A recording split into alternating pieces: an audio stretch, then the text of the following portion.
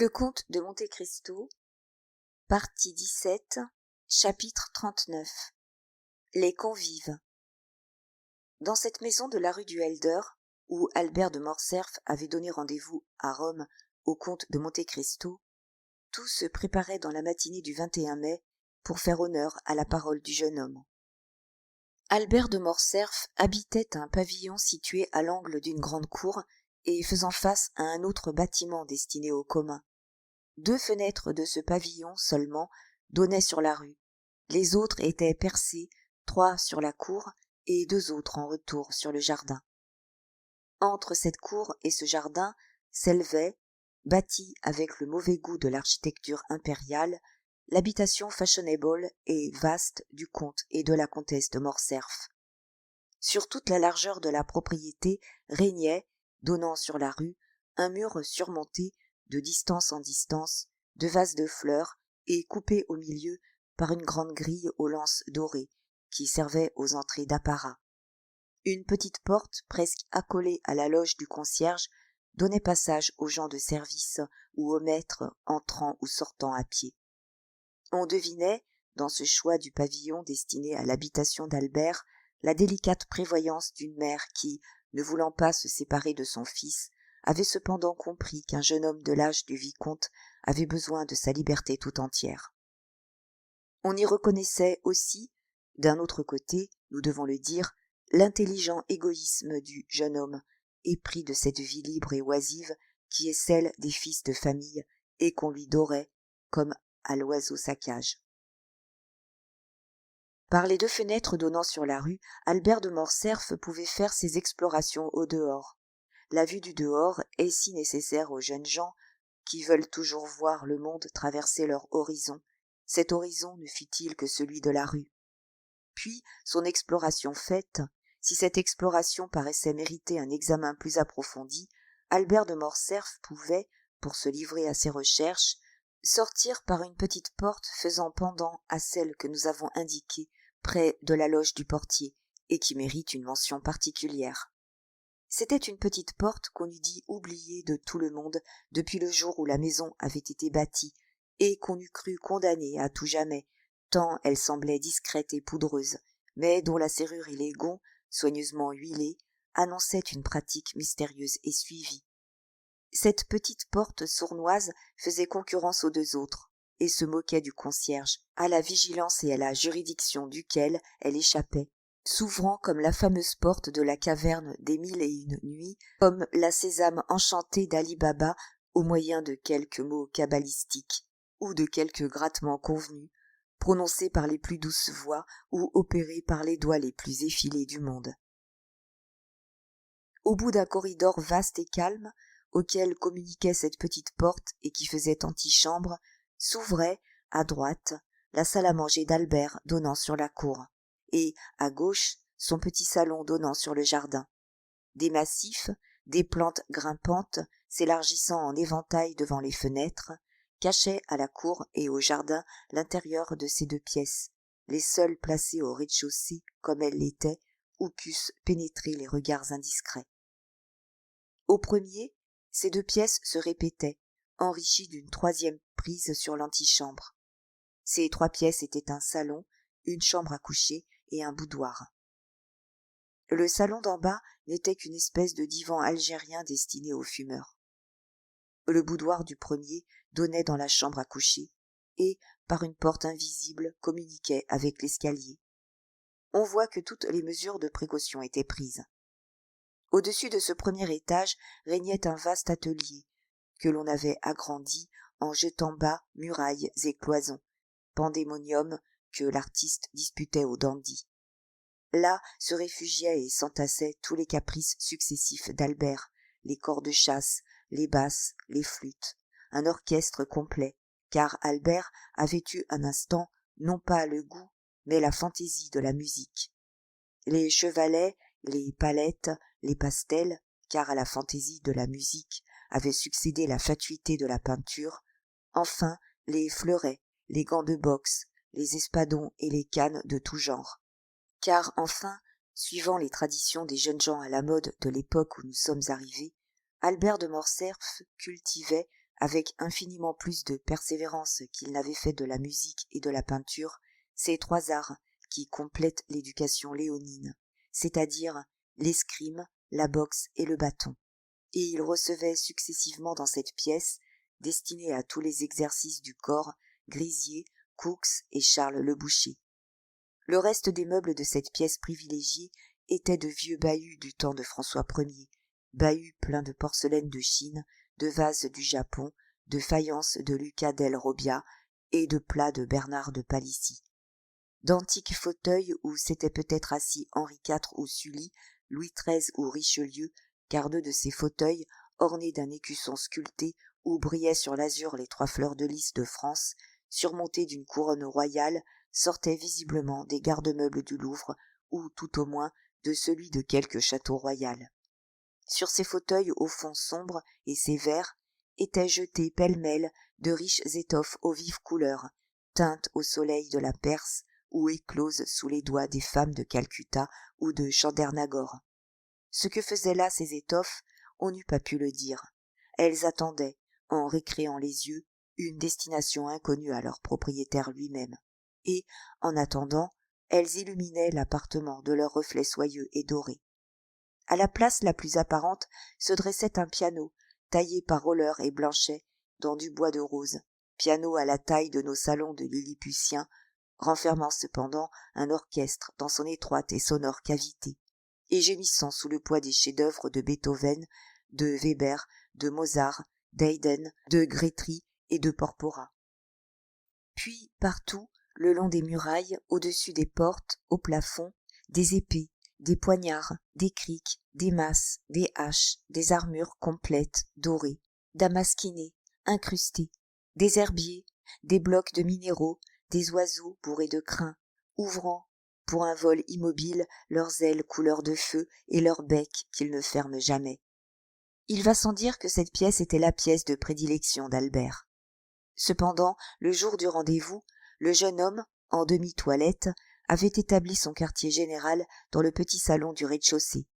Là, sur une table entourée à distance d'un divan large et moelleux, tous les tabacs connus, depuis le tabac jaune de Pétersbourg jusqu'au tabac noir du Sinaï, en passant par le Maryland, le Porto Rico et le Latakié, resplendissaient dans les pots de faïence craquelés qu'adorent les Hollandais. À côté d'eux, dans des cases de bois odorant, étaient rangés, par ordre de taille et de qualité, les puros, les régalias, les havanes et les manilles. Enfin, dans une armoire toute ouverte, une collection de pipes allemandes, de chibouks aux bouquins d'ambre, ornés de corail, et de narguilés incrustés d'or, aux longs tuyaux de maroquin roulés comme des serpents, attendaient le caprice ou la sympathie des fumeurs. Albert avait présidé lui-même à l'arrangement, ou plutôt au désordre symétrique qu'après le café, les convives d'un déjeuner moderne aiment à contempler à travers la vapeur qui s'échappe de leur bouche et qui monte au plafond en longues et capricieuses spirales. À 10h moins un quart, un valet de chambre entra. C'était un petit groom de 15 ans, ne parlant qu'anglais et répondant au nom de John, tout le domestique de Morcerf. Bien entendu que dans les jours ordinaires, le cuisinier de l'hôtel était à sa disposition, et que dans les grandes occasions, le chasseur du comte l'était également. Ce valet de chambre, qui s'appelait Germain et qui jouissait de la confiance entière de son jeune maître, tenait à la main une liasse de journaux, qu'il déposa sur une table, et un paquet de lettres qu'il remit à Albert. Albert jeta un coup d'œil distrait sur ces différentes missives, en choisit 2 aux écritures fines et aux enveloppes parfumées, les décacheta et les lut avec une certaine attention. « Comment sont venues ces lettres ?» demanda-t-il. « L'une est venue par la poste, l'autre a été apportée par le valet de chambre de madame Danglars. Faites dire à madame Danglars que j'accepte la place qu'elle m'offre dans sa loge. Attendez donc. Puis, dans la journée, vous passerez chez Rosa. Vous lui direz que j'irai, comme elle m'y invite, souper avec elle en sortant de l'opéra, et vous lui porterez 6 bouteilles de vins assortis, de Chypre, de Xérès, de Malaga, et un baril d'huîtres d'Ostende. Prenez les huîtres chez Borel, et dites surtout que c'est pour moi. À quelle heure monsieur veut-il être servi? Quelle heure avons-nous? 10 heures moins un quart. Eh bien, servez pour 10h30 précises. Debray sera peut-être forcé d'aller à son ministère. Et d'ailleurs, Albert consulta ses tablettes. C'est bien l'heure que j'ai indiquée au comte. Le 21 mai à 10h30 du matin, et quoique je ne fasse pas grand fonde sur sa promesse, je veux être exact. À propos, savez-vous si madame la comtesse est levée? Si monsieur le vicomte le désire, je m'en informerai. Oui, vous lui demanderez une de ses caves à liqueurs, la mienne est incomplète, et vous lui direz que j'aurai l'honneur de passer chez elle vers 3 heures, et que je lui fais demander la permission de lui présenter quelqu'un. Le valet sorti, Albert se jeta sur le divan, déchira l'enveloppe de 2 ou 3 journaux, regarda les spectacles, fit la grimace en reconnaissant que l'on jouait un opéra et non un ballet, chercha vainement dans les annonces de parfumerie un opiat pour les dents dont on lui avait parlé, et rejeta l'une après l'autre les 3 feuilles les plus courues de Paris, en murmurant au milieu d'un bâillement prolongé: en vérité, ces journaux deviennent de plus en plus assommants. En ce moment, une voiture légère s'arrêta devant la porte, et un instant après, le valet de chambre rentra pour annoncer m Lucien Debray, un grand jeune homme blond, pâle, à l'œil gris et assuré, aux lèvres minces et froides, à l'habit bleu, aux boutons d'or ciselés, à la cravate blanche, au lorgnon d'écaille suspendu par un fil de soie, et que, par un effort du nerf sourcilier et du nerf zygomatique, il parvenait à fixer de temps en temps dans la cavité de son œil droit, entra sans sourire, sans parler, et d'un air demi-officiel.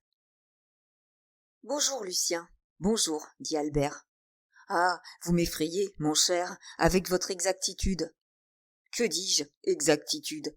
Vous, que je n'attendais que le dernier, vous arrivez à 10h moins 5 minutes, lorsque le rendez-vous définitif n'est qu'à 10h30.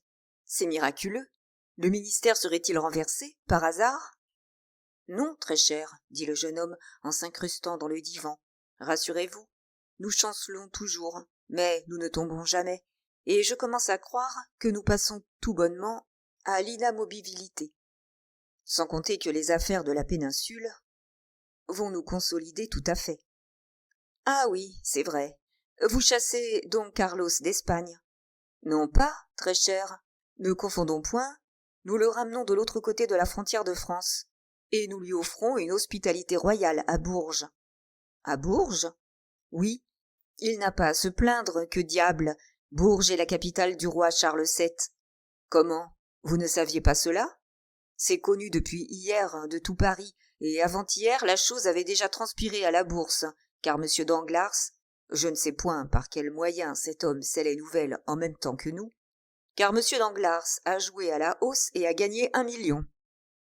Et vous, un ruban nouveau, à ce qu'il paraît, car je vois un liseré bleu ajouté à votre brochette. Ils m'ont envoyé la plaque de Charles III, répondit négligemment Debray. Allons, ne faites donc pas l'indifférent, et avouez que la chose vous a fait plaisir à recevoir. Ma foi, oui, comme complément de toilette. Une plaque fait bien sur un habit noir boutonné, c'est élégant. Et, dit Morcerf en souriant, on a l'air du prince de Galles ou du duc de Reichstadt. Voilà donc pourquoi vous me voyez si matin, très cher. Parce que vous avez la plaque de Charles III et que vous vouliez m'annoncer cette bonne nouvelle? Non, parce que j'ai passé la nuit à expédier des lettres, 25 dépêches diplomatiques. Rentré chez moi ce matin au jour, j'ai voulu dormir, mais le mal de tête m'a pris, et je me suis relevé pour monter à cheval 1 heure. À Boulogne, l'ennui et la faim m'ont saisi, 2 ennemis qui vont rarement ensemble, et qui cependant se sont ligués contre moi, une espèce d'alliance carlo-républicaine.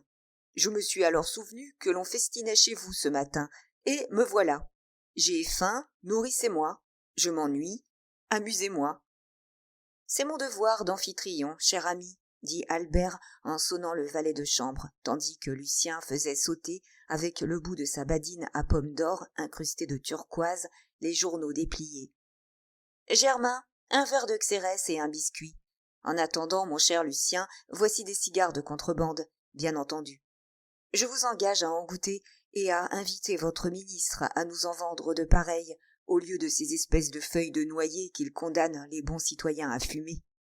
Peste, je m'en garderais bien. Du moment où ils vous viendraient du gouvernement, vous n'en voudriez plus et les trouveriez exécrables.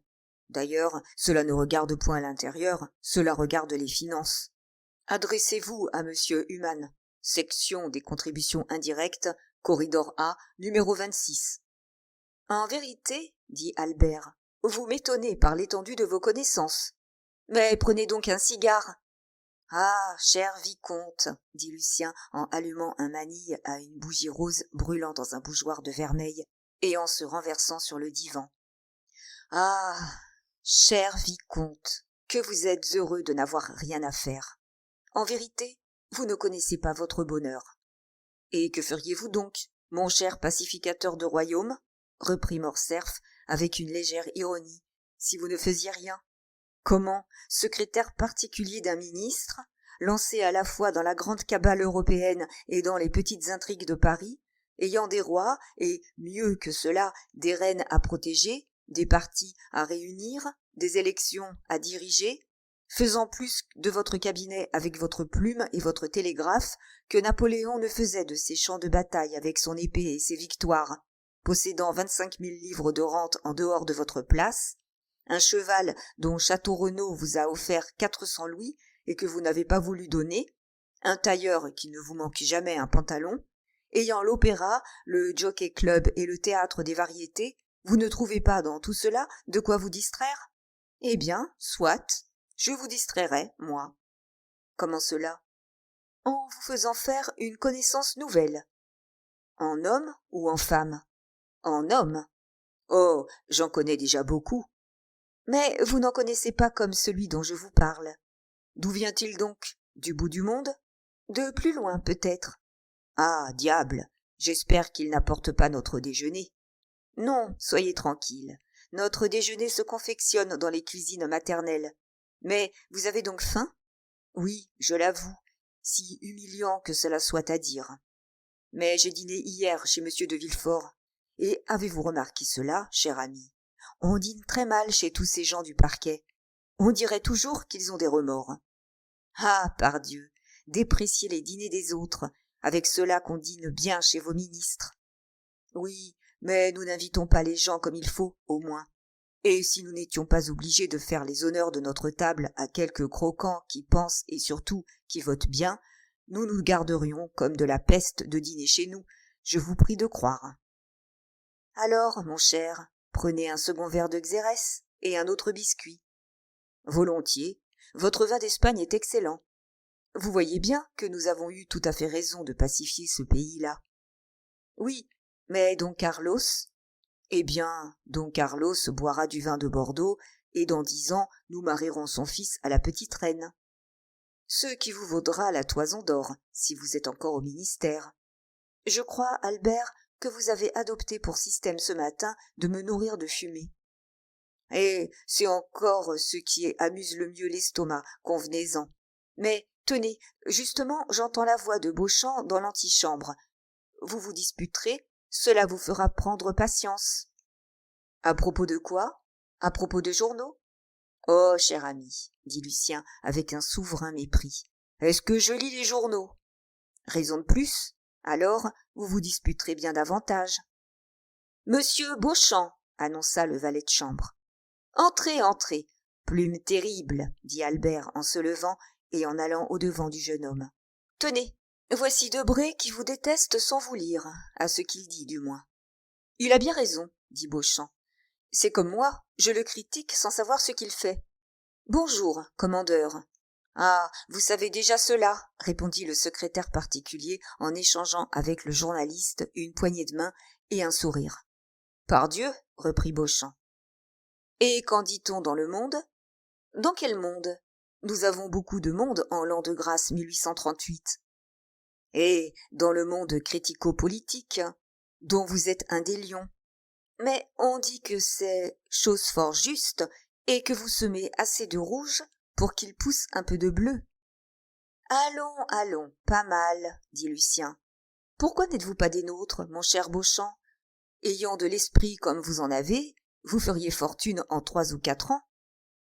Aussi, je n'attends qu'une chose pour suivre votre conseil. C'est un ministère qui soit assuré pour 6 mois. Maintenant, un seul mot, mon cher Albert, car aussi bien faut-il que je laisse respirer le pauvre Lucien. Déjeunons-nous ou dînons-nous? J'ai la chambre, moi. Tout n'est pas rose, comme vous le voyez dans notre métier. On déjeunera seulement. Nous n'attendons plus que 2 personnes, et l'on se mettra à table aussitôt qu'elles seront arrivées. Et quelle sorte de personnes attendez-vous à déjeuner? Dit Beauchamp.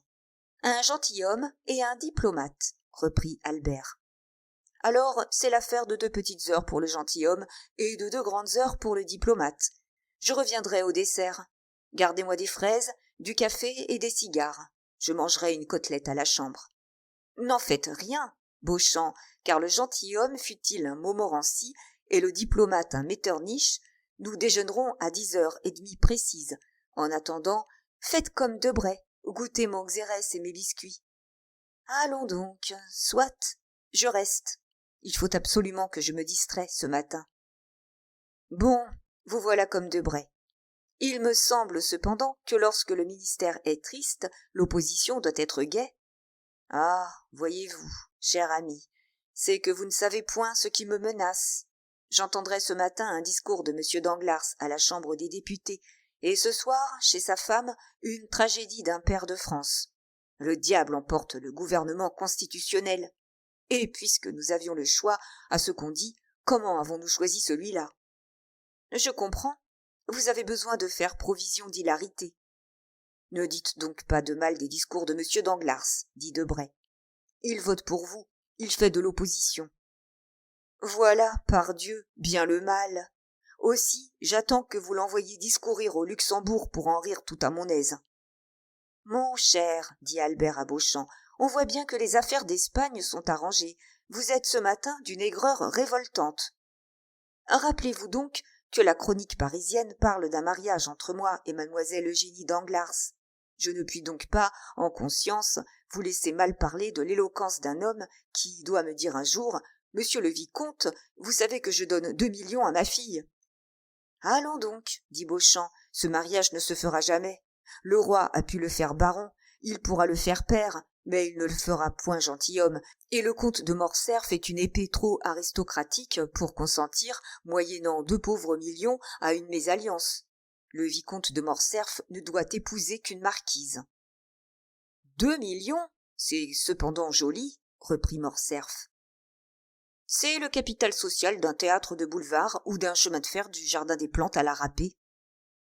Laissez-le dire, Morcerf, reprit nonchalamment Debray, et mariez-vous. Vous épousez l'étiquette d'un sac, n'est-ce pas? Eh bien, que vous importe? Mieux vaut alors sur cette étiquette un blason de moins et un 0 de plus. Vous avez 7 merlettes dans vos armes, vous en donnerez 3 à votre femme, et il vous en restera encore 4. C'est une de plus qu'à M. de Guise, qui a failli être roi de France, et dont le cousin germain était empereur d'Allemagne. Ma foi, je crois que vous avez raison, Lucien, répondit distraitement Albert. Et certainement. D'ailleurs, tout millionnaire est noble comme un bâtard, c'est-à-dire qu'il peut l'être. Chut, ne dites pas cela, Debray, reprit en riant Beauchamp, car voici Château Renaud, qui, pour vous guérir de votre manie de paradoxer, vous passera au travers du corps l'épée de Renaud de Montauban, son ancêtre. Il dérogerait, alors, répondit Lucien, car je suis vilain et très vilain. Bon, s'écria Beauchamp, voilà le ministère qui chante du Béranger. Où allons-nous, mon Dieu? Monsieur de Château-Renaud, monsieur Maximilien Morel, dit le valet de chambre, en annonçant de nouveaux convives. Complet, alors, dit Beauchamp, et nous allons déjeuner, car si je ne me trompe, vous n'attendiez plus que 2 personnes, Albert. Morel, murmura Albert surpris. Morel, qu'est-ce que cela? Mais avant qu'il eût achevé, M. de Château-Renaud, beau jeune homme de 30 ans, gentilhomme des pieds à la tête, c'est-à-dire avec la figure d'un guiche et l'esprit d'un mortemart, avait pris Albert par la main. « Permettez-moi, mon cher, lui dit-il, de vous présenter monsieur le capitaine de Spahis, Maximilien Morel, mon ami, et de plus, mon sauveur. Au reste, l'homme se présente assez bien par lui-même. Saluez mon héros, vicomte. Et il se rangea pour démasquer ce grand et noble jeune homme au front large, à l'œil perçant, aux moustaches noires, que nos lecteurs se rappellent avoir vu à Marseille dans une circonstance assez dramatique pour qu'ils ne l'aient point encore oublié. Un riche uniforme, demi-français, demi-oriental, admirablement porté, faisait valoir sa large poitrine décorée de la croix de la Légion d'honneur et ressortir la cambrure hardie de sa taille. Le jeune officier s'inclina avec une politesse d'élégance. Morel était gracieux dans chacun de ses mouvements, parce qu'il était fort. « Monsieur, dit Albert avec une affectueuse courtoisie, monsieur le baron de Château-Renaud savait d'avance tout le plaisir qu'il me procurait en me faisant faire votre connaissance. Vous êtes de ses amis, monsieur, soyez des nôtres. » « Très bien, dit Château-Renaud, et souhaitez, mon cher vicomte, que le cas échéant, il fasse pour vous ce qu'il a fait pour moi. »« Et qu'a-t-il donc fait ?» demanda Albert. « Oh, dit Morel, cela ne vaut pas la peine d'en parler, et monsieur exagère. »« Comment ?» dit Château-Renaud, « cela ne vaut pas la peine d'en parler. La vie ne vaut pas la peine qu'on en parle. En vérité, c'est par trop philosophique ce que vous dites là, mon cher monsieur Morel.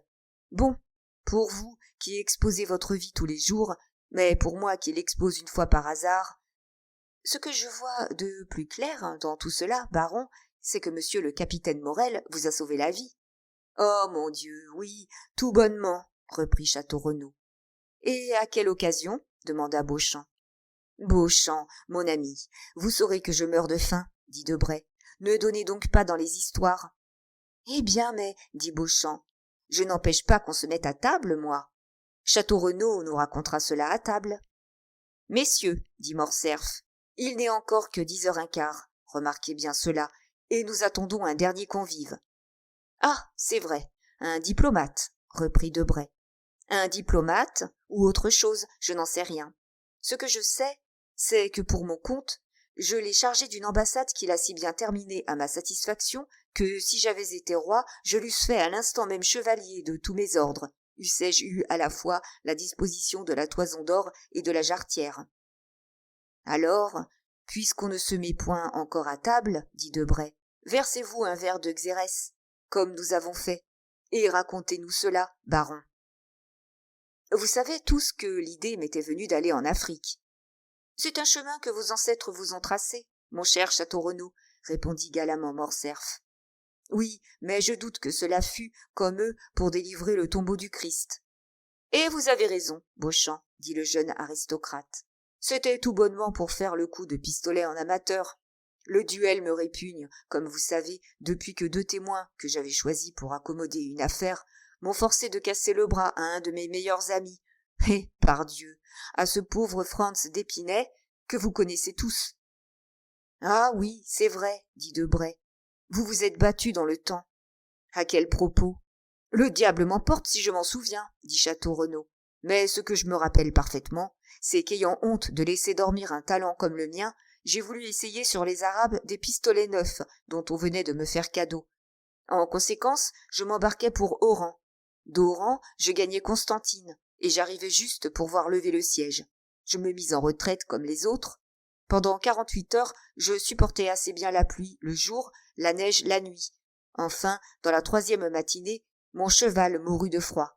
Pauvre bête, accoutumé aux couvertures et aux poils de l'écurie. Un cheval arabe qui seulement s'est trouvé un peu dépaysé en rencontrant 10 degrés de froid en Arabie. « C'est pour cela que vous voulez m'acheter mon cheval anglais, dit Debray. Vous supposez qu'il supportera mieux le froid que votre arabe.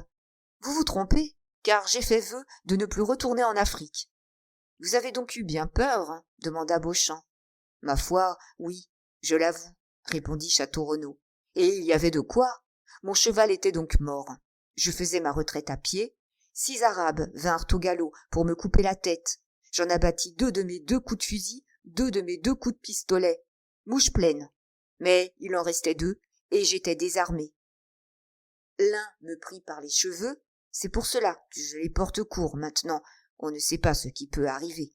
L'autre m'enveloppa le cou de son yatagan, et je sentais déjà le froid aigu du fer, quand, monsieur, que vous voyez, chargea à son tour sur eux, tua celui qui me tenait par les cheveux d'un coup de pistolet et fendit la tête de celui qui s'apprêtait à me couper la gorge d'un coup de sabre. Monsieur s'était donné pour tâche de sauver un homme ce jour-là. Le hasard a voulu que ce fût moi. Quand je serai riche, je ferai faire par Klagmann ou par Marocchetti une statue du hasard. Oui, dit en souriant Morel, c'était le 5 septembre, c'est-à-dire l'anniversaire d'un jour où mon père fut miraculeusement sauvé. Aussi, autant qu'il est en mon pouvoir, je célèbre tous les ans ce jour-là par quelque action. Héroïque, n'est-ce pas? Interrompit Château-Renaud. Bref, je fus l'élu. Mais ce n'est pas tout. Après m'avoir sauvé du fer, il me sauva du froid, en me donnant non pas la moitié de son manteau, comme faisait Saint-Martin, mais en me le donnant tout entier. Puis, de la faim, en partageant avec moi, devinez quoi? Un pâté de chez Félix? Demanda Beauchamp. Non pas, son cheval, dont nous mangeâmes chacun un morceau de grand appétit. C'était dur. Le cheval? Demanda en riant Morcerf. Non, le sacrifice, répondit Château-Renaud. Demandez à Debray s'il sacrifierait son anglais pour un étranger. Pour un étranger, non, dit Debray, mais pour un ami, peut-être. Je devinais que vous deviendriez le mien, monsieur le baron, dit Morel. D'ailleurs, j'ai déjà eu l'honneur de vous le dire.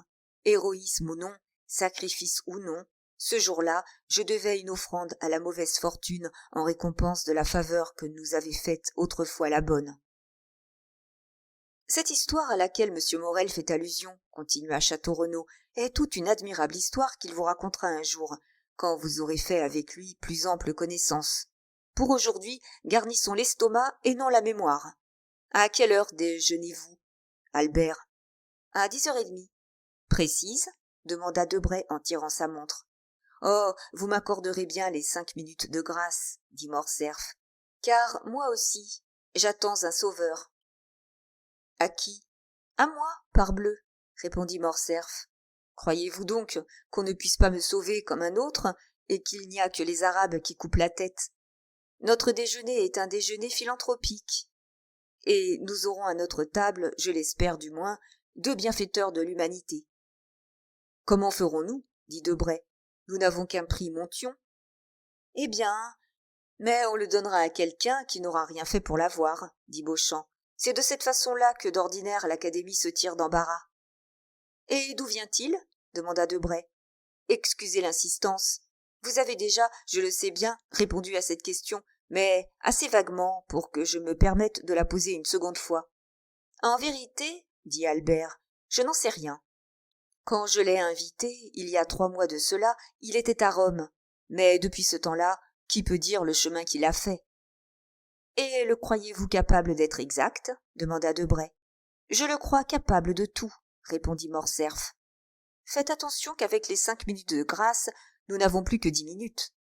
Eh bien, j'en profiterai pour vous dire un mot de mon convive.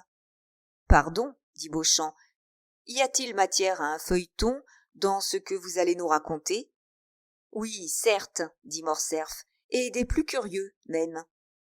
Dites alors, car je vois bien que je manquerai la chambre. Il faut bien que je me rattrape. J'étais à Rome, au carnaval dernier. Nous savons cela, dit Beauchamp. Oui, mais ce que vous ne savez pas, c'est que j'avais été enlevé par des brigands. Il n'y a pas de brigands, dit Debray. Si fait, il y en a, et de hideux même, c'est-à-dire d'admirables, car je les ai trouvés beaux à faire peur. Voyons, mon cher Albert, dit Debray, avouez que votre cuisinier est en retard, que les huîtres ne sont pas arrivées de Marennes ou d'Ostende, et qu'à l'exemple de madame de Maintenon, vous voulez remplacer le plat par un conte. Dites-le, mon cher, nous sommes d'assez bonne compagnie pour vous le pardonner et pour écouter votre histoire, toute fabuleuse qu'elle promet d'être. Et moi, je vous dis, toute fabuleuse qu'elle est, que je vous la donne pour vraie d'un bout à l'autre. Les brigands m'avaient donc enlevé et m'avaient conduit dans un endroit fort triste qu'on appelle les catacombes de Saint-Sébastien. Je connais cela, dit Château-Renaud, et j'ai manqué d'y attraper la fièvre. Et moi, j'ai fait mieux que cela, dit Morcerf. Je l'ai eu réellement. On m'avait annoncé que j'étais prisonnier sauf rançon, une misère, 4000 écus romains, 26 000 livres tournois. Malheureusement, je n'en avais plus que 1500. J'étais au bout de mon voyage et mon crédit était épuisé. J'écrivis à Franz, et, par Dieu, tenez, Franz en était, et vous pouvez lui demander si je mens d'une virgule. J'écrivis à Franz que s'il n'arrivait pas à 6 heures du matin avec les 4000 écus, à 6h10, j'aurais rejoint les bienheureux saints et les glorieux martyrs dans la compagnie desquels j'avais eu l'honneur de me trouver. Et M. Luigi Vampa, c'est le nom de mon chef de brigands, m'aurait, je vous prie de le croire, tenu scrupuleusement parole. Mais Franz arriva avec les 4000 écus, dit Château Renaud. Que diable! On n'est pas embarrassé pour 4000 écus quand on s'appelle Franz d'Épinay ou Albert de Morcerf. Non, il arriva purement et simplement accompagné du convive que je vous annonce et que j'espère vous présenter. Ah ça, mais c'est donc un Hercule tuant Cacus que ce monsieur, un Persée délivrant Andromède? Non, c'est un homme de ma taille à peu près, armé jusqu'aux dents. Il n'avait pas même une aiguille à tricoter. Mais il traita de votre rançon, il dit 2 mots à l'oreille du chef, et je fus libre. On lui fit même des excuses de vous avoir arrêté, dit Beauchamp. Justement, dit Morcerf. Ah ça, mais c'était donc l'Arioste que cet homme? Non, c'était tout simplement le comte de Monte-Cristo.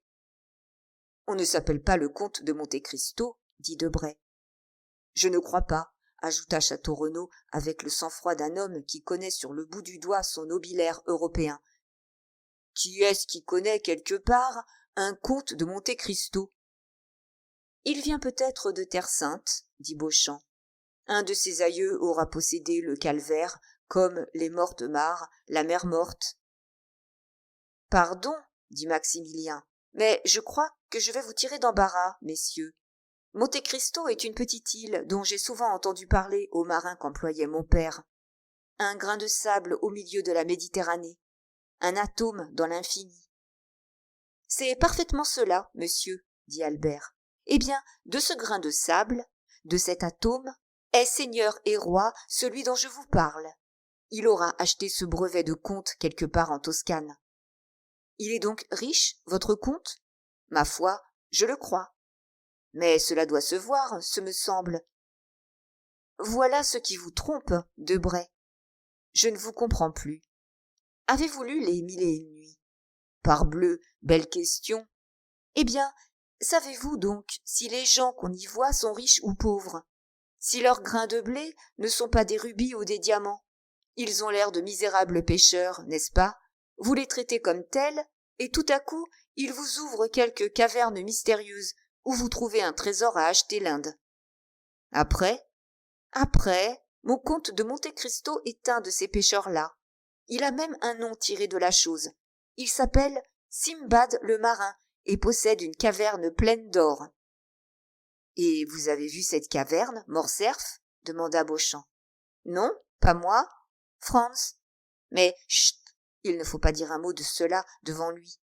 Franz y est descendu les yeux bandés, et il a été servi par des muets et par des femmes près desquelles, à ce qu'il paraît, Cléopâtre n'est qu'une lorette. Seulement, des femmes, il n'en est pas bien sûr, vu qu'elles ne sont entrées qu'après qu'il eut mangé du haschisch. De sorte qu'il se pourrait bien que ce qu'il a pris pour des femmes fût tout bonnement un quadrille de statues.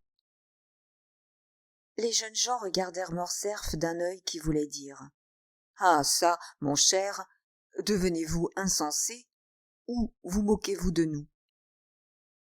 En effet, dit Morel pensif, j'ai entendu raconter encore par un vieux marin nommé Pénelon quelque chose de pareil à ce que dit là M. de Morcerf. Ah, fit Albert, c'est bien heureux que M. Morel me vienne en aide. Cela vous contrarie, n'est-ce pas, qu'il jette ainsi un peloton de fil dans mon labyrinthe? Pardon, cher ami, dit Debray, c'est que vous nous racontez des choses si invraisemblables. Ah, parbleu, parce que vos ambassadeurs, vos consuls ne vous en parlent pas. Ils n'ont pas le temps. Il faut bien qu'ils molestent leurs compatriotes qui voyagent. Ah bon, voilà que vous vous fâchez, et que vous tombez sur nos pauvres agents. Eh, mon Dieu! Avec quoi voulez-vous qu'ils vous protègent? La chambre leur rogne tous les jours leurs appointements. C'est au point qu'on n'en trouve plus. Voulez-vous être ambassadeur, Albert? Je vous fais nommer à Constantinople. Non pas. Pour que le sultan, à la première démonstration que je ferai en faveur de Mehemet Ali, m'envoie le cordon et que mes secrétaires m'étranglent. Vous voyez bien, dit Debray. Oui, mais tout cela n'empêche pas mon comte de Monte Cristo d'exister. Pardieu, tout le monde existe, le beau miracle. Tout le monde existe, sans doute, mais pas dans des conditions pareilles. Tout le monde n'a pas des esclaves noirs, des galeries princières, des armes comme à la Casoba, des chevaux de 6000 francs pièce, des maîtresses grecques. L'avez-vous vue, la maîtresse grecque? Oui, je l'ai vue, et entendue. Vue au théâtre Val, entendue un jour que j'ai déjeuné chez le comte. Il mange donc, votre homme extraordinaire? Ma foi, s'il mange, c'est si peu que ce n'est point la peine d'en parler. Vous verrez que c'est un vampire. Riez si vous voulez. C'était l'opinion de la comtesse G, qui, comme vous le savez, a connu Lord Ruthven. Ah, joli, dit Beauchamp. Voilà pour un homme non journaliste le pendant du fameux serpent de mer du Constitutionnel. Un vampire, c'est parfait. Œil fauve dont la prunelle diminue et se dilate à volonté, dit Debray. Angle facial développé, front magnifique, teint livide, barbe noire, dents blanches et aiguës, politesse toute pareille. Eh bien, c'est justement cela, Lucien, dit Morcerf, et le signalement est tracé trait pour trait. Oui, politesse aiguë et incisive. Cet homme m'a souvent donné le frisson. Un jour, entre autres, que nous regardions ensemble une exécution, j'ai cru que j'allais me trouver mal. Bien plus de le voir et de l'entendre causer froidement sur tous les supplices de la terre que de voir le bourreau remplir son office et que d'entendre les cris du patient. Ne vous a-t-il pas conduit un peu dans les ruines du Colisée pour vous sucer le sang, Morcerf? Demanda Beauchamp. Ou, après vous avoir délivré, ne vous a-t-il pas fait signer quelque parchemin couleur de feu par lequel vous lui cédiez votre âme, comme Ésaü son droit d'aînesse? Raillez, raillez, tant que vous voudrez, messieurs, dit Morcerf un peu piqué. Quand je vous regarde, vous autres, beaux Parisiens, habitués du boulevard de Gand, promeneurs du bois de Boulogne, et que je me rappelle cet homme, eh bien, il me semble que nous ne sommes pas de la même espèce. Je m'en flatte, dit Beauchamp. Toujours est-il, ajouta Château-Renaud, que votre comte de Monte Cristo est un galant homme dans ses moments perdus, sauf toutefois ses petits arrangements avec les bandits italiens. Eh, il n'y a pas de bandits italiens, dit Debray. Pas de vampires, ajouta Beauchamp. Pas de comte de Monte Cristo, ajouta Debray. Tenez, cher Albert, voilà 10h30 qui sonnent. Avouez que vous avez eu le cauchemar, et allons déjeuner, dit Beauchamp. Mais la vibration de la pendule ne s'était pas encore éteinte lorsque la porte s'ouvrit et que Germain annonça. Son Excellence le comte de Monte Cristo. Tous les auditeurs firent malgré eux un bond qui dénotait la préoccupation que le récit de Morcerf avait infiltrée dans leurs âmes. Albert lui-même ne put se défendre d'une émotion soudaine. On n'avait entendu ni voiture dans la rue, ni pas dans l'antichambre. La porte elle-même s'était ouverte sans bruit. Le comte parut sur le seuil, vêtu avec la plus grande simplicité. Mais le lion le plus exigeant n'eut rien trouvé à reprendre à sa toilette. Tout était d'un goût exquis. Tout sortait des mains des plus élégants fournisseurs, habits, chapeaux et linges. Il paraissait âgé de 35 ans à peine, et, ce qui frappa tout le monde, ce fut son extrême ressemblance avec le portrait qu'avait tracé de lui Debray. Le comte s'avança en souriant au milieu du salon et vint droit à Albert, qui, marchant au-devant de lui offrit la main avec empressement. L'exactitude, dit Monte Cristo, est la politesse des rois, à ce qu'a prétendu, je crois, un de nos souverains. Mais quelle que soit leur bonne volonté, elle n'est pas toujours celle des voyageurs. Cependant, j'espère, mon cher vicomte, que vous excuserez, en faveur de ma bonne volonté, les 2 ou 3 secondes de retard que je crois avoir mis à paraître au rendez-vous. 500 lieues ne se font pas sans quelque contrariété, surtout en France, où il est défendu, à ce qu'il paraît, de battre les postillons. Monsieur le comte, répondit Albert, j'étais en train d'annoncer votre visite à quelques-uns de mes amis que j'ai réunis à l'occasion de la promesse que vous avez bien voulu me faire et que j'ai l'honneur de vous présenter. Ce sont monsieur le comte de Château-Renaud, dont la noblesse remonte aux 12 pairs et dont les ancêtres ont eu leur place à la table ronde, monsieur Lucien Debray, secrétaire particulier du ministre de l'Intérieur, monsieur Beauchamp, terrible journaliste, l'effroi du gouvernement français, mais dont peut-être, malgré sa célébrité nationale, vous n'avez jamais entendu parler en Italie, attendu que son journal n'y entre pas. Enfin, monsieur Maximilien Morel, capitaine de Spahis. À ce nom, le comte, qui avait jusque-là salué courtoisement, mais avec une froideur et une impassibilité toute anglaise, fit malgré lui un pas en avant, et un léger ton de vermillon passa comme l'éclair sur ses joues pâles. Monsieur porte l'uniforme des nouveaux vainqueurs français, dit-il. C'est un bel uniforme. On n'eût pas pu dire quel était le sentiment qui donnait à la voix du comte une si profonde vibration et qui faisait briller, comme malgré lui, son œil si beau, si calme et si limpide, quand il n'avait point un motif quelconque pour le voiler. « Vous n'aviez jamais vu nos Africains, monsieur ?» dit Albert. « Jamais, » répliqua le comte, redevenu parfaitement libre de lui. « Eh bien, monsieur, sous cet uniforme bat un des cœurs les plus braves et les plus nobles de l'armée. »« Oh, monsieur le comte, » interrompit Morel. « Laissez-moi dire, capitaine. Et nous venons, continua Albert, d'apprendre de monsieur un fait si héroïque que, quoique je l'aie vu aujourd'hui pour la première fois, je réclame de lui la faveur de vous le présenter comme mon ami. » Et l'on put encore, à ces paroles, remarquer chez Monte Cristo ce regard étrange de fixité, cette rougeur furtive et ce léger tremblement de la paupière qui, chez lui, décelait l'émotion.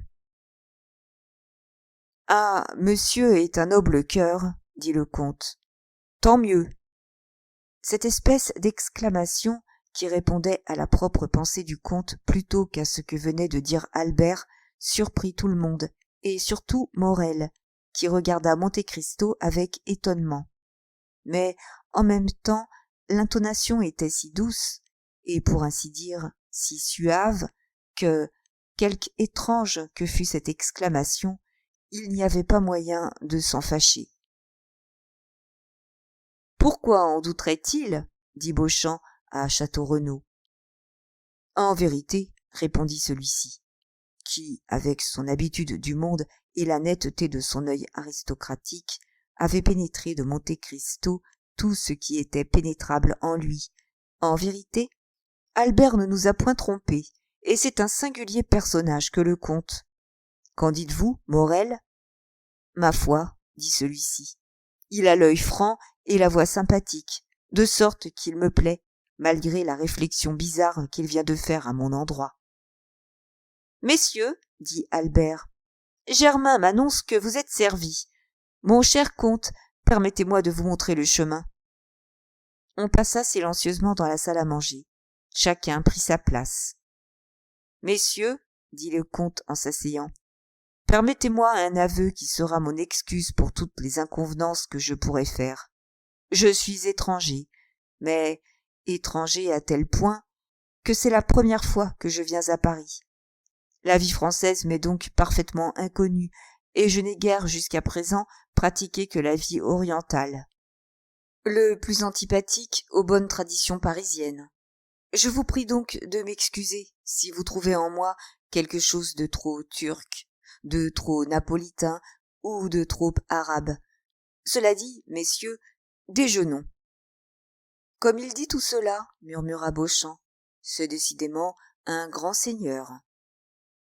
Un grand seigneur, ajouta Debray. Un grand seigneur de tous les pays, monsieur Debray, dit Château-Renaud. Chapitre 40. Le déjeuner. Le comte, on se le rappelle, était un sobre convive. Albert en fit la remarque en témoignant la crainte que, dès son commencement, la vie parisienne ne déplût aux voyageurs par son côté le plus matériel, mais en même temps le plus nécessaire. « Mon cher comte, dit-il, vous me voyez atteint d'une crainte. C'est que la cuisine de la rue du Helder ne vous plaise pas autant que celle de la place d'Espagne. J'aurais dû vous demander votre goût et vous faire préparer quelques plats à votre fantaisie. »« Si vous me connaissiez davantage, monsieur, répondit en souriant le comte, vous ne vous préoccuperiez pas d'un soin presque humiliant pour un voyageur comme moi, qui a successivement vécu avec du macaroni à Naples, de la polenta à Milan, de l'olla podrida à Valence, du pillau à Constantinople, du carrick dans l'Inde et des nids d'hirondelles dans la Chine. Il n'y a pas de cuisine pour un cosmopolite comme moi. Je mange de tout et partout, seulement je mange peu. Et aujourd'hui que vous me reprochez ma sobriété, je suis dans mon jour d'appétit, car depuis hier matin je n'ai point mangé. »« Comment ? Depuis hier matin ?» s'écrièrent les convives. « Vous n'avez point mangé depuis 24 heures ?» ?»« Non, » répondit Monte Cristo. « J'avais été obligé de m'écarter de ma route et de prendre des renseignements aux environs de Nîmes, de sorte que j'étais un peu en retard et je n'ai pas voulu m'arrêter. »« Et vous avez mangé dans votre voiture ?» demanda Morcerf. « Non, j'ai dormi comme cela m'arrive quand je m'ennuie sans avoir le courage de me distraire, ou quand j'ai faim sans avoir envie de manger. »« Mais vous commandez donc au sommeil, monsieur ? demanda Morel. « À peu près. »« Vous avez une recette pour cela ? » ?»« Infaillible. »« Voilà qui serait excellent pour nous autres Africains qui n'avons pas toujours de quoi manger et qui avons rarement de quoi boire, dit Morel. « Oui, dit Monte Cristo. Malheureusement ma recette, excellente pour un homme comme moi, qui mène une vie toute exceptionnelle, serait fort dangereuse appliquée à une armée, qui ne se réveillerait plus quand on aurait besoin d'elle. »« Et peut-on savoir quelle est cette recette ? demanda Debray. »« Oh, mon Dieu, oui, dit Monte Cristo, je n'en fais pas de secret. C'est un mélange d'excellent opium que j'ai été chercher moi-même à Canton pour être certain de l'avoir pur, et du meilleur haschisch qui se récolte en Orient, c'est-à-dire entre le Tigre et l'Euphrate. On réunit ces deux ingrédients en portions égales, et on fait des espèces de pilules qui s'avalent au moment où l'on en a besoin. 10 minutes après, l'effet est produit. Demandez à monsieur le baron Franz d'Épinay. Je crois qu'il en a goûté un jour. »« Oui, répondit Morcerf. Il m'en a dit quelques mots, et il en a gardé même un fort agréable souvenir. »« Mais, dit Beauchamp, qui en sa qualité de journaliste était fort incrédule, vous portez donc toujours cette drogue sur vous ? » ?»« Toujours, répondit Monte Cristo. »« Serait-il indiscret de vous demander à voir ces précieuses pilules ? » continua Beauchamp, espérant prendre l'étranger en défaut. « Non, monsieur, répondit le comte. Et il tira de sa poche une merveilleuse bonbonnière creusée dans une seule émeraude et fermée par un écrou d'or qui, en se dévissant, donnait passage à une petite boule de couleur verdâtre et de la grosseur d'un pois. Cette boule avait une odeur âcre et pénétrante. Il y en avait 4 ou 5 pareilles dans l'émeraude, et elle pouvait en contenir une douzaine. La bonbonnière fit le tour de la table, mais c'était bien plus pour examiner cette admirable émeraude que pour voir ou pour flairer les pilules que les convives se la faisaient passer. Et c'est votre cuisinier qui vous prépare ce régal? Demanda Beauchamp. Non pas, monsieur, dit Monte Cristo. Je ne livre pas comme cela mes jouissances réelles à la merci de mains indignes. Je suis assez bon chimiste, et je prépare mes pilules moi-même. Voilà une admirable émeraude et la plus grosse que j'ai jamais vue, quoique ma mère ait quelques bijoux de famille assez remarquables, dit Château Renaud. J'en avais 3 pareilles, reprit Monte Cristo. J'ai donné l'une au grand seigneur, qui l'a fait monter sur son sabre. L'autre à notre Saint-Père le Pape, qui l'a fait incruster sur sa tiare en face d'une émeraude à peu près pareille, mais moins belle cependant, qui avait été donnée à son prédécesseur, Pie VII, par l'empereur Napoléon.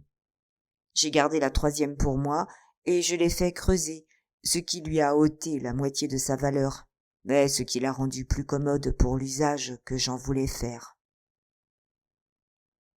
Chacun regardait Monte Cristo avec étonnement. Il parlait avec tant de simplicité qu'il était évident qu'il disait la vérité, ou qu'il était fou. Cependant, l'émeraude qui était restée entre ses mains faisait que l'on penchait naturellement vers la première supposition. « Et que vous ont donné ces 2 souverains en échange de ce magnifique cadeau ?» demanda Debray. « Le grand seigneur, la liberté d'une femme, » répondit le comte. « Notre Saint-Père le Pape, la vie d'un homme. De sorte qu'une fois dans mon existence, j'ai été aussi puissant que si Dieu m'eût fait naître sur les marches d'un trône. »« Et c'est Pépinot que vous avez délivré, n'est-ce pas ?» s'écria Morcerf. « C'est à lui que vous avez fait l'application de votre droit de grâce ?»« Peut-être, » dit Monte Cristo en souriant. « Monsieur le comte, vous ne vous faites pas l'idée du plaisir que j'éprouve à vous entendre parler ainsi, » dit Morcerf. « Je vous avais annoncé d'avance à mes amis comme un homme fabuleux, comme un enchanteur des 1001 nuits, comme un sorcier du Moyen-Âge. Mais les Parisiens sont gens tellement subtils en paradoxes qu'ils prennent pour des caprices de l'imagination les vérités les plus incontestables, quand ces vérités ne rentrent pas dans les conditions de leur existence quotidienne. Par exemple, voici Debray qui lit, et Beauchamp qui imprime tous les jours qu'on a arrêté et qu'on a dévalisé sur le boulevard un membre du Jockey-Club attardé, qu'on a assassiné 4 personnes rue Saint-Denis ou faubourg Saint-Germain, qu'on a arrêté 10, 15, 20 voleurs, soit dans un café du boulevard du Temple, soit dans les thermes de Julien, et qui contestent l'existence des bandits des Marèmes, de la campagne de Rome ou des marais pontins. Dites-leur donc, vous-même, je vous en prie, monsieur le comte, que j'ai été pris par ces bandits et que, sans votre généreuse intercession, j'attendrai, selon toute probabilité, aujourd'hui, la résurrection éternelle dans les catacombes de Saint-Sébastien, au lieu de leur donner à dîner dans mon indigne petite maison de la rue du Helder. « Bah, dit Monte Cristo, vous m'aviez promis de ne jamais me parler de cette misère. »« Ce n'est pas moi, monsieur le comte, » s'écria Morcerf. « C'est quelque autre à qui vous aurez rendu le même service qu'à moi et que vous aurez confondu avec moi. Parlons-en, au contraire, je vous en prie, car si vous vous décidez à parler de cette circonstance, peut-être non seulement me redirez-vous un peu de ce que je sais, mais encore beaucoup de ce que je ne sais pas. Mais il me semble, dit en souriant le comte, que vous avez joué dans toute cette affaire un rôle assez important pour savoir aussi bien que moi ce qui s'est passé. Voulez-vous me promettre, si je dis tout ce que je sais, dit Morcerf, de dire à votre tour tout ce que je ne sais pas? C'est trop juste, répondit Monte Cristo. Eh bien, reprit Morcerf, dû mon amour-propre en souffrir, je me suis cru pendant 3 jours l'objet des agaceries d'un masque que je prenais pour quelque descendante des Tully ou des Poppée, tandis que j'étais tout purement et simplement l'objet des agaceries d'une contadine. Et remarquez que je dis contadine pour ne pas dire paysanne. Ce que je sais, c'est que, comme un niais, plus niais encore que celui dont je parlais tout à l'heure, j'ai pris pour cette paysanne un jeune bandit de 15 ans ou 16 ans, au menton imberbe, à la taille fine, qui, au moment où je voulais m'émanciper jusqu'à déposer un baiser sur sa chaste épaule, m'a mis le pistolet sous la gorge, et avec l'aide de 7 ou 8 de ses compagnons, m'a conduit, ou plutôt traîné, au fond des catacombes de Saint-Sébastien, où j'ai trouvé un chef de bandits fort lettré, ma foi, lequel lisait les commentaires de César, et qui a daigné interrompre sa lecture pour me dire que, si le lendemain, à 6 heures du matin, je n'avais pas versé 4000 écus dans sa caisse, le lendemain, à 6h15, j'aurais parfaitement cessé d'exister. La lettre existe, elle est entre les mains de Franz, signée de moi avec un post-scriptum de maître Luigi Vampa. Si vous en doutez, j'écris à Franz qui fera légaliser les signatures. Voilà ce que je sais. Maintenant, ce que je ne sais pas, c'est comment vous êtes parvenu, monsieur le comte, à frapper d'un si grand respect les bandits de Rome, qui respectent si peu de choses. Je vous avoue que, Franz et moi, nous en sommes ravis d'admiration. Rien de plus simple, monsieur, répondit le comte. Je connaissais le fameux Vampa depuis plus de 10 ans. Tout jeune, et quand il était encore berger, un jour que je lui donnais je ne sais plus quelle monnaie d'or parce qu'il m'avait montré mon chemin, il me donna, lui, pour ne rien devoir à moi, un poignard sculpté par lui et que vous avez dû voir dans ma collection d'armes. Plus tard, soit qu'il eût oublié cet échange de petits cadeaux qui eût dû entretenir l'amitié entre nous, soit qu'il ne m'eût pas reconnu, il tenta de m'arrêter. Mais ce fut moi, tout au contraire, qui le pris avec une douzaine de ses gens. Je pouvais le livrer à la justice romaine, qui est expéditive, et qui se serait encore hâtée en sa faveur. Mais je n'en fis rien. Je le renvoyai, lui et les siens. À la condition qu'il ne pécherait plus, dit le journaliste en riant. Je vois avec plaisir qu'ils ont scrupuleusement tenu leur parole. Non, monsieur, répondit Monte Cristo. À la simple condition qu'ils me respecteraient toujours, moi et les miens. Peut-être ce que je vais vous dire vous paraîtra-t-il étrange, à vous, messieurs les socialistes, les progressifs, les humanitaires. Mais je ne m'occupe jamais de mon prochain. Mais je n'essaye jamais de protéger la société qui ne me protège pas. Et je dirais même plus, qui, généralement, ne s'occupe de moi que pour me nuire. Et en les supprimant dans mon estime et en gardant la neutralité vis-à-vis d'eux, c'est encore la société et mon prochain qui me doivent du retour. « À la bonne heure !» s'écria Château-Renaud. « Voilà le premier homme courageux que j'entends prêcher loyalement et brutalement l'égoïsme. C'est très beau cela. Bravo, monsieur le comte !»« C'est franc, du moins, » dit Morel. Mais je suis sûr que monsieur le comte ne s'est pas repenti d'avoir manqué une fois au principe qu'il vient cependant de nous exposer d'une façon si absolue. Comment ai-je manqué à ces principes, monsieur? Demanda Monte Cristo, qui de temps en temps ne pouvait s'empêcher de regarder Maximilien avec tant d'attention que 2 ou 3 fois déjà le hardi jeune homme avait baissé les yeux devant le regard clair et limpide du comte. Mais il me semble, reprit Morel, qu'en délivrant monsieur de Morcerf, que vous ne connaissiez pas, vous serviez votre prochain et la société. Dont il fait le plus bel ornement, dit gravement Beauchamp, en vidant d'un seul trait un verre de vin de champagne. Monsieur le comte, s'écria Morcerf, vous voilà pris par le raisonnement. Vous, c'est-à-dire un des plus rudes logiciens que je connaisse. Et vous allez voir qu'il va vous être clairement démontré tout à l'heure que, loin d'être un égoïste, vous êtes au contraire un philanthrope. Ah, monsieur le comte, vous vous dites oriental, levantin, malais, indien, chinois, sauvage. Vous vous appelez Monte Cristo de votre nom de famille, Simbad le marin de votre nom de baptême. Et voilà que du jour où vous mettez le pied à Paris, vous possédez d'instinct le plus grand mérite ou le plus grand défaut de nos excentriques parisiens.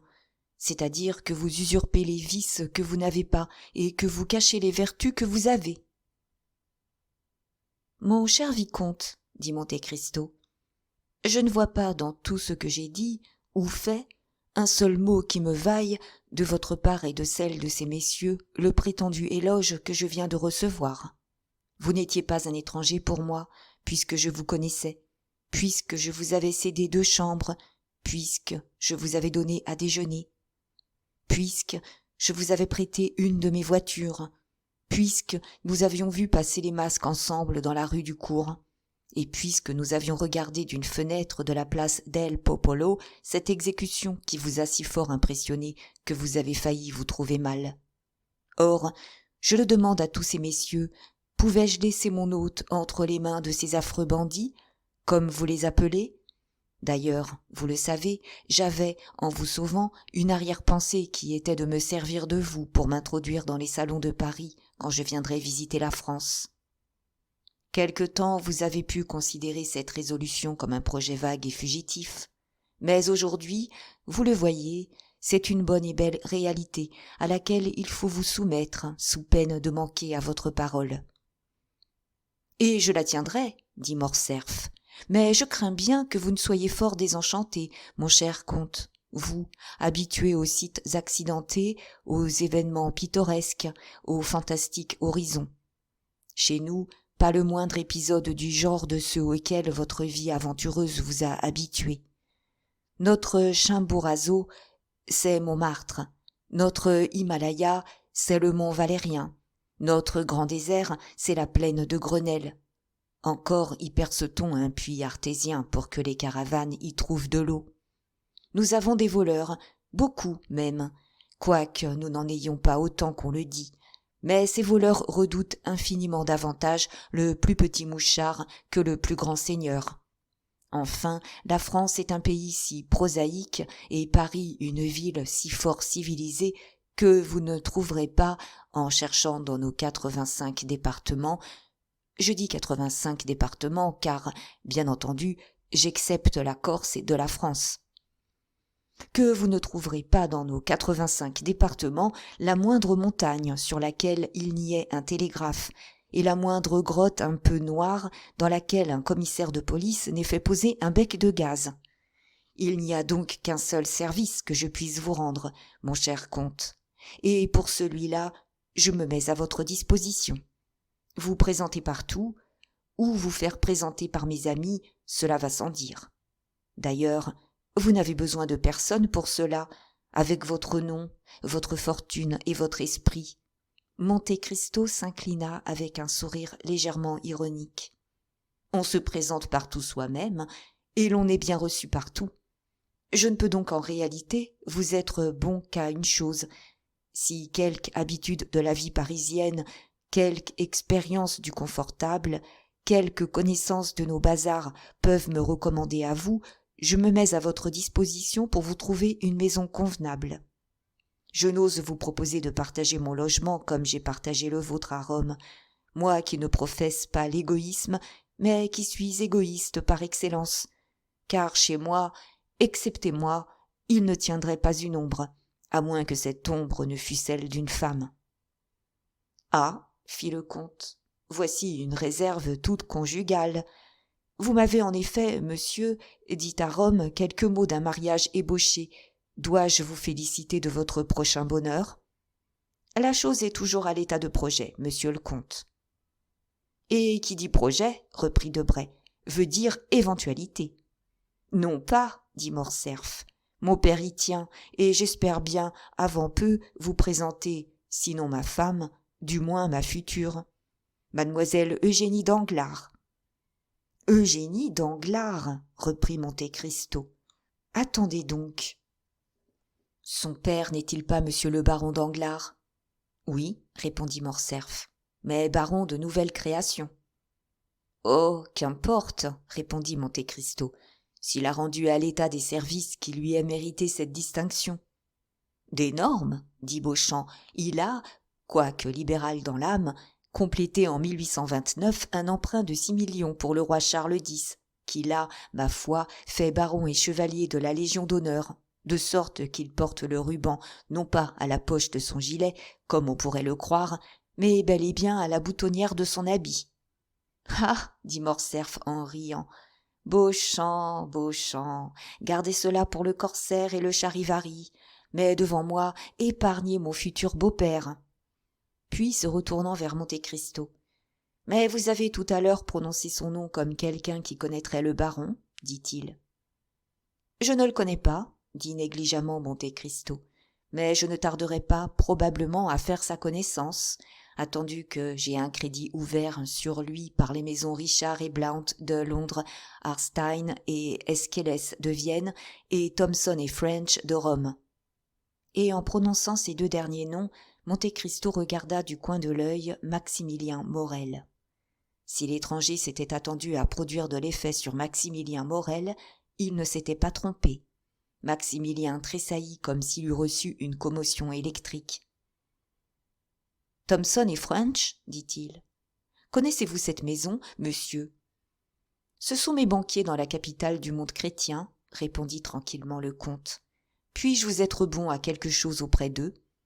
Oh, monsieur le comte, vous pourriez nous aider peut-être dans des recherches jusqu'à présent infructueuses. Cette maison a autrefois rendu un service à la nôtre et a toujours, je ne sais pourquoi, nié nous avoir rendu ce service. « À vos ordres, monsieur, répondit Monte Cristo en s'inclinant. « Mais, dit Morcerf, nous nous sommes singulièrement écartés, à propos de M. Danglars, du sujet de notre conversation. Il était question de trouver une habitation convenable au comte de Monte Cristo. Voyons, messieurs, cotisons-nous pour avoir une idée. Où logerons-nous cet hôte nouveau du Grand Paris ? » « Faubourg Saint-Germain, dit Château Renaud. Monsieur trouvera là un charmant petit hôtel entre cour et jardin. »« Bah, Château Renaud, dit Debray. Vous ne connaissez que votre triste et maussade Faubourg Saint-Germain. Ne l'écoutez pas, monsieur le comte. Logez-vous, chaussée d'Antin. C'est le véritable centre de Paris. »« Boulevard de l'Opéra, dit Beauchamp. Au premier, une maison à balcon. Monsieur le comte y fera apporter des coussins de drap d'argent et verra, en fumant sa chibouque ou en avalant ses pilules, toute la capitale défiler sous ses yeux. »« Vous n'avez donc pas d'idée, vous, Morel, dit Château Renaud, que vous ne proposez rien. »« Si fait, dit en souriant le jeune homme. Au contraire, j'en ai une, mais j'attendais que monsieur se laissât tenter par quelqu'une des offres brillantes qu'on vient de lui faire. Maintenant, comme il n'a pas répondu, je crois pouvoir lui offrir un appartement dans un petit hôtel tout charmant, tout Pompadour, que ma sœur vient de louer depuis 1 an dans la rue Meslay. »« Vous avez une sœur ? » demanda Monte Cristo. « Oui, monsieur, et une excellente sœur. »« Mariée ? » ?»« Depuis bientôt 9 ans. »« Heureuse ? » demanda de nouveau le comte. « Aussi heureuse qu'il est permis à une créature humaine de l'être, » répondit Maximilien. « Elle a épousé l'homme qu'elle aimait, celui qui nous est resté fidèle dans notre mauvaise fortune. Emmanuel Herbaut. » Monte Cristo sourit imperceptiblement. « J'habite là pendant mon semestre, » continua Maximilien, « et je serai avec mon beau-frère Emmanuel à la disposition de monsieur le comte pour tous les renseignements dont il aura besoin. »« Un moment, » s'écria Albert avant que Monte Cristo eût eu le temps de répondre. « Prenez garde à ce que vous faites, monsieur Morel. Vous allez claquemurer un voyageur, Simbad le marin, dans la vie de famille. Un homme qui est venu pour voir Paris, vous allez en faire un patriarche. »« Oh, que non pas, » répondit Morel en souriant. « Ma sœur a 25 ans, mon beau-frère en a 30. Ils sont jeunes, gais et heureux. D'ailleurs, monsieur le comte sera chez lui, et il ne rencontrera ses hôtes qu'autant qu'il lui plaira de descendre chez eux. »« Merci, monsieur, merci, » dit Monte Cristo. « Je me contenterai d'être présenté par vous à votre sœur et à votre beau-frère, si vous voulez bien me faire cet honneur. Mais je n'ai accepté l'offre d'aucun de ces messieurs, attendu que j'ai déjà mon habitation, toute prête. »« Comment ?» s'écria Morcerf. « Vous allez donc descendre à l'hôtel ? Ce sera fort maussade pour vous, cela. »« Étais-je donc si mal à Rome ? demanda Monte Cristo. « Parbleu, à Rome, dit Morcerf. Vous aviez dépensé 50 000 piastres pour vous faire meubler un appartement, Mais je présume que vous n'êtes pas disposé à renouveler tous les jours une pareille dépense. » « Ce n'est pas cela qui m'a arrêté, » répondit Monte Cristo. « Mais j'étais résolu d'avoir une maison à Paris, une maison à moi, j'entends. J'ai envoyé d'avance mon valet de chambre, et il a dû acheter cette maison et me la faire meubler. »« Mais dites-nous donc que vous avez un valet de chambre qui connaît Paris, » s'écria Beauchamp. « C'est la première fois, comme moi, qu'il vient en France. Il est noir et ne parle pas, » dit Monte Cristo. « Alors, c'est Ali ?» demanda Albert au milieu de la surprise générale. « Oui, monsieur, c'est Ali, lui-même, mon Nubien, mon muet, que vous avez vu à Rome, je crois. »« Oui, certainement, » répondit Morcerf. « Je me le rappelle à merveille. Mais comment avez-vous chargé un Nubien de vous acheter une maison à Paris et un muet de vous la meubler ? Il aura fait toute chose de travers, le pauvre malheureux. » « Détrompez-vous, monsieur, je suis certain, au contraire, qu'il aura choisi toute chose selon mon goût. Car, vous le savez, mon goût n'est pas celui de tout le monde. Il est arrivé il y a 8 jours. Il aura couru toute la ville avec cet instinct que pourrait avoir un bon chien chassant tout seul. Il connaît mes caprices, mes fantaisies, mes besoins. Il aura tout organisé à ma guise. Il savait que j'arriverais aujourd'hui à 10 heures. Depuis 9 heures, il m'attendait à la barrière de Fontainebleau. Il m'a remis ce papier. C'est ma nouvelle adresse.